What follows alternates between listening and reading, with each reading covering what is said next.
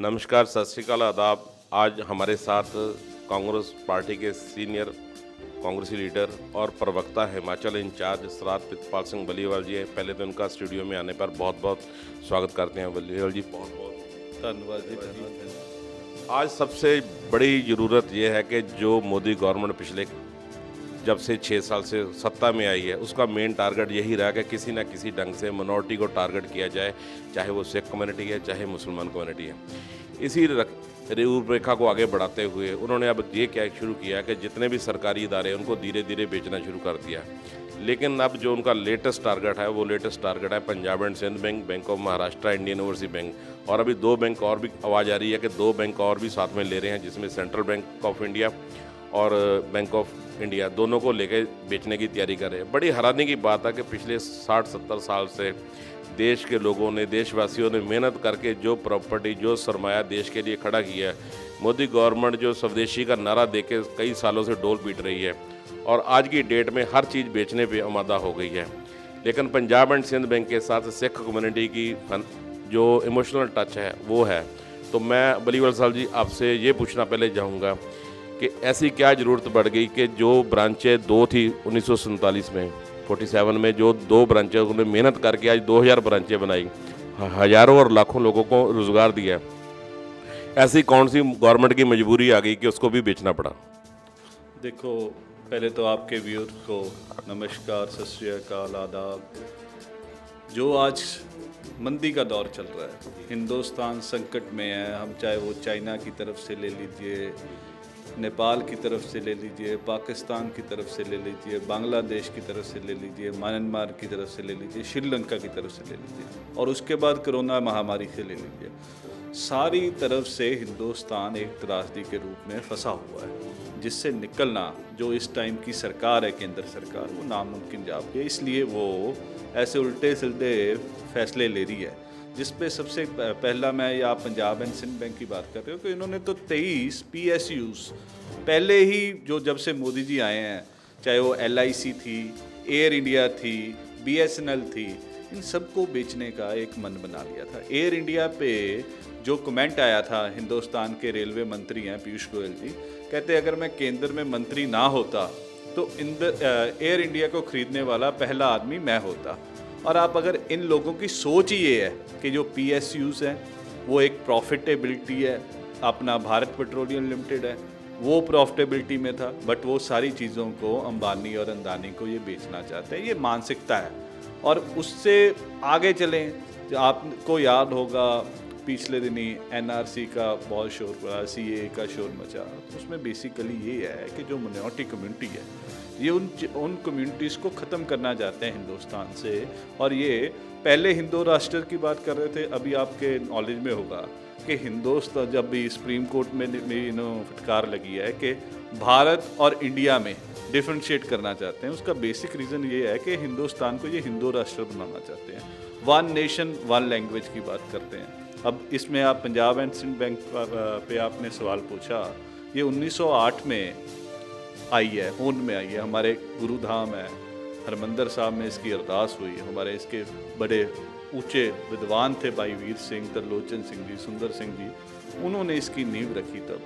तो उसमें सिख संगत का पैसा जोड़ा गया, इस ब्रांचों को आगे लेके आए। पहले 2 पंजाब एंड सिंध बैंक होंद में आई, उसके बाद स्टेट बैंक ऑफ पटियाला आई, और उसके बाद bank of Punjab I. State bank of Patiala का ऑलरेडी इन्होंने मर्जर कर दिया। अब उसमें जो बड़ी बैंक थी बैंक ऑफ पंजाब, पहले HDFC में मर्ज ऑलरेडी हो चुकी है। बची हमारी पंजाब एंड सिंध बैंक, जिसके आगे पंजाब नाम लगा हुआ था। बट ये इसे भी ख़त्म करने जा रहे हैं। 12,000 एम्प्लॉयज़ का जो भविष्य है उसे ख़त्म करने पे लगे हुए हैं। पिछली जो 5 मर्जर हुए हैं बड़े, उसमें क्या हुआ, जो मेरी बात हुई है इनके एम्प्लॉयज़ के साथ, तो वो लोग कह रहे हैं कि अगर वो एग्जांपल हम पंजाब एंड सिंध बैंक या SBI की लेते हैं, SBI में अगर स्टेट बैंक ऑफ पटियाला का मुलाजिम मर्ज हुआ है तो सीनियरिटी SBI के मुलाजिम की होगी, स्टेट बैंक ऑफ पटियाला के मुलाजिम सेकेंडरी पे चला गया। ठीक है जी, वो मर्जर से कितने एम्प्लॉयज़ को नुकसान हुआ है। ये कह रहे हैं कि हम कम कर रहे हैं, ब्रांचेस कम नहीं हुई, नाम ही चेंज हुए हैं, घपलेबाजी बनी है। अब प्राइवेटाइजेशन इसकी क्या करेंगे, जो प्राइवेटाइज बैंक थी येस बैंक, वो नो बैंक हो गई है, उसे ये टेक ओवर कर रहे हैं, उसे सरकारी बनाने लगे हैं और जो सरकारी है उसे प्राइवेटाइज करने लगे हैं। क्योंकि ये बेसिकली हिंदुस्तान में प्राइवेटाइजेशन का एक माहौल बनाना चाहते हैं कि अंडानी और अंबानी का राज रहे, उन्हीं की सरकार रहे, वही लोगों को लूटें, पीटें, काटें, जो मर्जी करें। आज इस महामारी के दौर में अमेरिका की हम करते हैं कि हम अमेरिका को फॉलो कर रहे हैं, कनाडा को फॉलो कर रहे हैं, मॉडल्स उनके यूज़ कर रहे हैं। अमेरिका कनाडा ने तो अपने जो नागरिक है उनकी जेब में पैसा डाला है, अगर वहाँ पे बंद किया है तो पैसा उनकी सरकारों ने दिया है। हमारी सरकार ने क्या दिया? जुमले 20 लाख करोड़ रुपए का वादा किया, किसके जेब में कोई आया हुआ है? मुझे एक भी आदमी आपके चैनल के माध्यम से बता दे आज कि 1 रुपया भी किसी के अकाउंट में आया? कोई पैसा नहीं आया। उससे पहले 15 लाख का जुमला आया, उसमें कुछ नहीं आया। ये जुमलेबाजों की सरकार है और लूटने, पीटने, कूटने लगी हुई है लोगों को। जो आने वाले दिनों में जो इनका हशर, हिंदुस्तान के लोग अभी बिहार और बंगाल की इलेक्शन आ रही है, उसी में इनको बहुत नुकसान होगा। और दूसरी बात करना चाहता हूँ, आज हम मंदी के क्राइसिस में क्यों फंसे हुए हैं, क्यों ये बैंक बेचने की नौबतें आ रही हैं? अगर ये लॉकडाउन, हमारा पहला केस 30 जनवरी को आया था, अगर उसी दिन 1 हफ्ते में हम अपनी इंटरनेशनल फ़्लाइट्स बंद कर देते तो ना बाहर से लोग आते और ना यहाँ कोरोना फैलता। आज हम लॉकडाउन, अनलॉकडाउन की बात कर रहे हैं, तो ये 21 दिन में लॉकडाउन करके हम सारे अपने लोग क्योर कर लेते। सड़कों पे हमारे क्या कहते हैं, श्रमिक थे, जो माइग्रेंट लेबर यहाँ से कूच करके गई है, बाकी अपने ज़िलों में पैदल चलती गई है। 51 दिनों तक उन्हें भोजन के लिए इन्हें सोचना पड़ गया कि हमें माइग्रेंट लेबर को खाना भी देना है। 51 दिन बाद उनकी पॉलिसी आ रही है कि इन्हें खाना दे दो, 5 किलो आटा, 1 किलो छोले। तो क्या है? तो उसी कारण बस ये जो मोदी गवर्नमेंट है टोटली फेल है, हर फ्रंट पे फेल है। इसने सारा कुछ बेचना है, हिंदुस्तान को एक आर्थिक गुलामी में झोंक कर जाना है, इससे आगे कुछ नहीं है। सबसे बड़ी बात है कि सर अक्सर कहा जाता है कि ये जो अदारे थे ये वो घाटे में थे, गवर्नमेंट इसलिए बेच रही है, गवर्नमेंट के ऊपर वजन था। लेकिन सोचने वाली बात है कि गवर्नमेंट के लिए वो अदारे घाटे के हैं। अगर वो सौदा घाटे का है तो प्राइवेट व्यापारी क्यों खरीद रहा है? अगर प्राइवेट व्यापारी खरीद रहा है, इसका मतलब कुछ प्रॉफिट होगा तभी वो खरीद रहा है। दूसरी बात इसमें जो निकल कर आई है, मैं आपने भी नोट की होगी कि गवर्नमेंट अदारे तो बेच रही हैं, लेकिन अंबानी अडानी जो इनकी मित्र मंडली है जो खरीद रही है, वो उसके लिए फाइनेंस करने के लिए पैसा गवर्नमेंट से ले रही है, गवर्नमेंट के अदारों से ले रही है। मेरी बैंकर एसोसिएशन के साथ मीटिंग होती रहती है, वहाँ की जब बात निकल कर आई कि जितने भी बैंकों का लॉसेस हुआ वो बड़े लोन है। बड़े लोन कौन है? वो इनकी मित्र मंडली है जो हज़ारों करोड़ रुपए दबा बैठे और उनके राइट ऑफ कर दिए हैं, बड़े बड़े ग्रुपों को कर दिए हैं।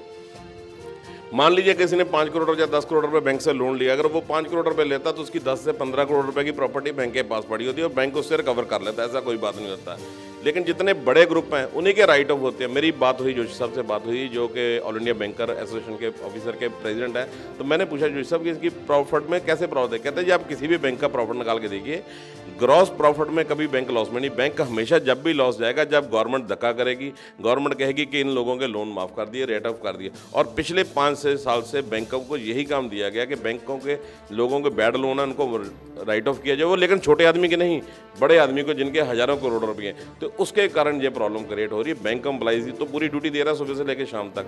तो मेन मकसद यही आ रहा है सर के जो प्राइवेटेशन करने ने वो सिर्फ और सिर्फ अपनी मित्र मंडली को खुश करने के चक्कर में आ रहा है। आपको लग नहीं रहा कि कभी हम एक ईस्ट इंडिया कंपनी के साथ लड़ेंगे? आज तो ईस्ट इंडिया घर में ही कंपनी पैदा कर ली है जो आने वाले देश में, क्योंकि जब बैंक प्राइवेट हो जाएंगे तो गवर्नमेंट की जितनी भी पॉलिसी हैं वो तो फॉलो करेंगे नहीं, वो तो नेशनलाइज बैंक करेंगे। नेशनलाइज बैंक जब रहेंगे नहीं, इसका मतलब कि गवर्नमेंट की लायबिलिटी बिल्कुल खत्म हो जाएगी। देखो, मैंने आपको पहले ही बताया है कि हिंदुस्तान के रेल मंत्री हैं पीयूष गोयल, उनकी ये सोच है। वो एयर इंडिया पे उन्होंने कमेंट किया, अगर मैं मंत्री ना होता तो इसका सबसे पहला खरीदार मैं होता। अगर मंत्री ये शब्द बोलेगा तो प्रॉफिटेबिलिटी में तो पहले ही एयर इंडिया है। ये क्लियर हो गया, ऑन रिकॉर्ड है वर्ड, उन्होंने पूरा लोगों के सामने बोला है, मीडिया में उनकी ये बाइट छपी है। तो वही तो मैं बात कर रहा हूँ बार बार कि अगर प्राइवेटाइजेशन में चले जाओगे, अभी इन्होंने 2004 के बाद किसी को पेंशन्स भी नहीं दे रहे सरकारी मुलाजिमों को, तो पेंशन वाला वजन तो हट ही चुका है ना सरकार के सिर से ऊपर। अगर उसमें भी अगर कोई स्लैबिंग करनी है, नई शेड्यूलिंग करनी है तो कर सकते हैं, बट हम गवर्नमेंट सेक्टर बैंक्स को अगर प्राइवेटाइजेशन में लेके जा रहे हैं तो सबसे बड़ा हानिकारक है, क्योंकि गवर्नमेंट कुछ सब्सिडीज देती हैं। जो अभी 20 लाख करोड़ के जुमले की बात मैंने आपके पास करी, उसमें कल या परसों सीतारमन जी का बयान था कि बैंक इसे नीचे लेवल पर लागू नहीं कर रही, प्राइवेटाइजेशन बैंक के लिए। अगर नेशनलाइज बैंक रहेंगे ही नहीं तो प्राइवेटाइजेशन पे तो कमेंट मैडम फाइनेंस मिनिस्टर ने कर दिया है, तो कैसे काम चलेगा। अभी 3 कानून आए हैं किसानों के रिलेटेड, जिसका हम पंजाब में विरोध कर रहे हैं, जिससे हमारी आर्थिकता को 50,000 करोड़ का, पंजाब की आर्थिकता को, किसानों को नुकसान पहुंचेगा। उसमें इन्होंने क्या किया है, इसेंशियल गुड्स एक्ट है एक, उसमें से प्याज को निकाल दिया, दाल को निकाल दिया, जो चीज़ों की काला बाजारी होती थी मार्केट में, हाँ, तो वो लिस्ट में से निकाल दिया। कोई भी व्यापारी जितना मर्जी उसे स्टॉक कर देता है। पहले क्या होता था कि स्टॉक पे रेड हो जाती थी, उसे जब्त कर लिया जाता था, अब उसे भी वहाँ से निकाल दिया गया। इसीलिए पंजाब कांग्रेस भी इस पे अपना परसों से आंदोलन छेड़ने जा रही है कि ये जो काले कानून लेके आ रहे हैं, इसमें भी क्या हो रहा है, अंबानी अंदानी को लेके आने की, जैसे आप पंजाब एंड सिंध बैंक की बात कर रहे हैं, वैसे अंबानी अंदानी को ये किसानी पे भी लेके आना चाहते हैं। उसमें क्या होगा, आपकी ज़मीन है, उन्होंने पैदावार करा ली, आज एमएसपी की हम बात कर रहे हैं, कल को एमएसपी ख़त्म हो गई तो किसान की जो फसल है उसका मूल्य नहीं रहेगा। 1000 रुपये में गेहूं बिकेगा तो लागत तो ज़्यादा आ गई। आज 9-10 दिनों से पेट्रोल 6 रुपये बढ़ चुका है, ठीक है। हिंदुस्तान वर्ल्ड मार्केट में उसका प्राइस $18 है, ठीक है जी। 18 रुपये इंडिया गवर्नमेंट को कॉस्ट कर रहा है, बाकी की सारे टैक्सेस लगाकर अपनी जेबें भरने लगे हुए हैं। लोगों को इस टाइम राहत चाहिए, राहत के नाम पे इनके पास छुंछने हैं कि छुंछने बजाओ, अब प्रभु के गुण गाओ। उस राम राज्य की बात कर रहे हैं जिस राम के नाम पर ये सरकार बनी थी, उस राम को ही भूल गया कि उसने तो हरेक वर्ग के लिए सोचा, पर ये अपने वर्ग जो हिंदुस्तानी हैं, भारतीय हैं, उनको भूल चुके हैं। उनके जेब में कुछ नहीं डाल रहे, सिर्फ बेच रहे हैं। अंबानी अंदानी के हाथों में ये बिकी हुई सरकार है, इससे बच जाएं लोग। एक आंदोलन लोगों को छेड़ना पड़ेगा इस सरकार के खिलाफ। अपने सोशल मीडिया, आज हम सोशल डिस्टेंसिंग की बात कर रहे हैं, कोरोना महामारी की बात कर रहे हैं, अपने घरों से फेसबुक लाइव होकर इस जो सरकार है, गूंगी बहरी सरकार की, स्पीक अप इंडिया हमने एक मुहिम चलाई थी, आप लोगों के लिए चलाई थी कि आप अपनी बात रखें। आपको जो दुख है, चाहे वो बिजली के रेट है, पेट्रोल का रेट है, दाल है, महंगाई दर 9.5% बढ़ गई 1 महीने के अंदर, इन चीज़ों की आवाज़ आपको उठानी पड़ेगी। अभी प्लेटफॉर्म है आपके पास सोशल मीडिया, अपनी बात रखें। कोई पॉलिटिकल पार्टी आपकी बात नहीं उठा पाएगी, आपको अपनी बात खुद रखनी पड़ेगी। इस गूंगी बहरी सरकार को, सूट बूट की सरकार को जगाने के लिए आपको जागना होगा, तभी आप लोग बच पाओगे। सर, आपसे एक लास्ट क्वेश्चन पूछ रहा हूँ, जो हमारे चैनल के माध्यम से आवाज़ उठाई गई, जो मुझे लग रहा है कि आने वाले दिनों में होगी। आपको नहीं लग रहा ये जो हालात बनाए जा रहे हैं, या बॉर्डर पे तनाव है, या मार्केट को प्रॉपर्टी बेची जा रही है, या गवर्नमेंट के जो एसेट बेचे जा रहे हैं, तो जो गवर्नमेंट आने वाले दिनों में फाइनेंशियली इमरजेंसी लगाने की तैयारी कर रही है बहाने से? देखो जी, बात सीधी सी, इमरजेंसी तो ऑलरेडी हिंदुस्तान, इमरजेंसी तो सबके राइट खत्म हो जाएंगे। नहीं, अभी भी राइट खत्म है जी। डिजास्टर मैनेजमेंट एक्ट में प्रोविजन ये है, अभी पंजाब सरकार वर्क नहीं कर पा रही। क्यों नहीं कर पा रही? क्योंकि सारे राइट्स जो है ना फंक्शनिंग के, वो सेंट्रल गवर्नमेंट के पास है। तो इमरजेंसी ऑलरेडी इंडिया में इम्पोज्ड है, तो वो आने वाले दिनों में जब पैसा ही नहीं बचेगा, 1.5 लाख करोड़ रुपया हमें वर्ल्ड बैंक और बार्कलेस बैंक ने दिया लोगों की सहायता करने के लिए, वो भी खा गए हम लोग। तो 1 रुपया किसी की जेब में नहीं पहुंचा। पंजाब को 70 करोड़ रुपया आया कोविड से लड़ने के लिए। आप कैलकुलेशन कीजिए, 20 रुपया पर पंजाबी बैठता है। 20 रुपये का मास्क नहीं आता अकेला, सैनिटाइजर नहीं आता, बाकी आपके टेस्ट 4500 रुपये के हैं। पहले हमने मांग रखी कि अब के टेस्टों के वेव आउट कर दिया जाए, आपके कारण महामारी फैल रही है, आप जिम्मेदार हो। हिंदुस्तान का सेहत इंफ्रास्ट्रक्चर जब आ गया है, दिल्ली इतनी बड़ी बातें कर रही थी, अगर हमारी कैपिटल में ये हाल है, हमारे सुप्रीम कोर्ट को उसके ऊपर टिप्पणी करनी पड़ गई कि इससे बेहतर तो बाकियों के हालात होते हैं, आप सब जानते हो। इस टाइम बहुत ही बुरे हालात हैं हिंदुस्तान के, आप जागो, वही मैं बात कर रहा हूँ। फाइनेंशियल इमरजेंसी तो ऑलरेडी लागू। आपको याद होगा कि आरबीआई के गवर्नर ने 8-10 महीने 3 आरबीआई गवर्नर छोड़ के चले गए। उसका कारण क्या था? कि हमारे पास सरप्लस 3.5 लाख करोड़ रुपया पड़ा था। वो किस चीज़ के लिए था? कि ऐसी कोई महामारी आ जाए, कोई जंग लग जाए हिंदुस्तान की, तो तब हम अपने लोगों को भोजन और बाकी सुख सुविधाएँ, बेसिक नीड्स उनके तक पहुँचा पाएँ। 3 से 6 महीने का सिस्टम हमारे पास हो। उसमें से 1,70,000 करोड़ पहले निकाल लिया, 1,70,000 करोड़ इस कोरोना महामारी के नाम पे निकाल लिया, जिसमें से आपको 1 रुपया नहीं मिला। ठीक है, तो फाइनेंशियल इमरजेंसी की और तो इन्होंने धकेल ही दिया है। इन्होंने तो सिर्फ हैंड ट्रेड करके, जैसे मोदी जी ने बोला था कि मैं झोला लेके आया हूँ, झोला उठा के चला जाऊंगा, वो झोला उठा के चलते बनेंगे, हिंदुस्तान बर्बाद हो जाएगा। आपकी जेब में ना ढेला बचना, ना मेरी में बचना है। हम एक दूसरे को देखते रह जाएं, क्योंकि आगे पीछे मोदी जी के कोई नहीं है, आपके पीछे तो बाल बच्चे हैं। आप सोचो, आवाज़ बनो हिंदुस्तान की। अगर आप लोग बनोगे तभी हम इन चीज़ों को रोक पाएंगे। हम ये मान के चल रहे हैं प्रितपाल जी कि मैं अक्सर कहता हूँ, कई लोगों को मेरी बात पिंच भी करती है, कि हिंदुस्तान अभी अनपढ़ जहाँ लोगों के हाथ में तो है। मैं जो ओपनली कहता हूँ, बे औलाद और संवेदनहीन, क्योंकि जब आपकी औलाद ही नहीं, जो आपने बात क्लियर कर दी, तो आपको किसी के दुख की, तकलीफ की कुछ नहीं पता होगा। दूसरी बात आपने कही झोला उठा के जाने वाले, लेकिन वो तो झोला उठा के चले जाएंगे, कहीं भी चले जाएंगे, लेकिन देश में से करीबन 130-135 करोड़ रुपए झोला उठा के कहाँ जाएंगे। आप स्टूडियो में आए, आपका बहुत बहुत धन्यवाद। आशा करते हैं कि आपकी आवाज़ उस गूंगे बहरों के पास पहुंचे, और जो पंजाब एंड सिंध बैंक और जो प्राइवेटेशन का जोर चला रखा है उसको फ़ौरन बंद किया जाए, और देश को जो नुकसान होना था वो तो हो चुका, कम से कम आगे नुकसान से बचाव कर सके। बहुत बहुत धन्यवाद। Thank you sir. Thank you जी, धन्यवाद।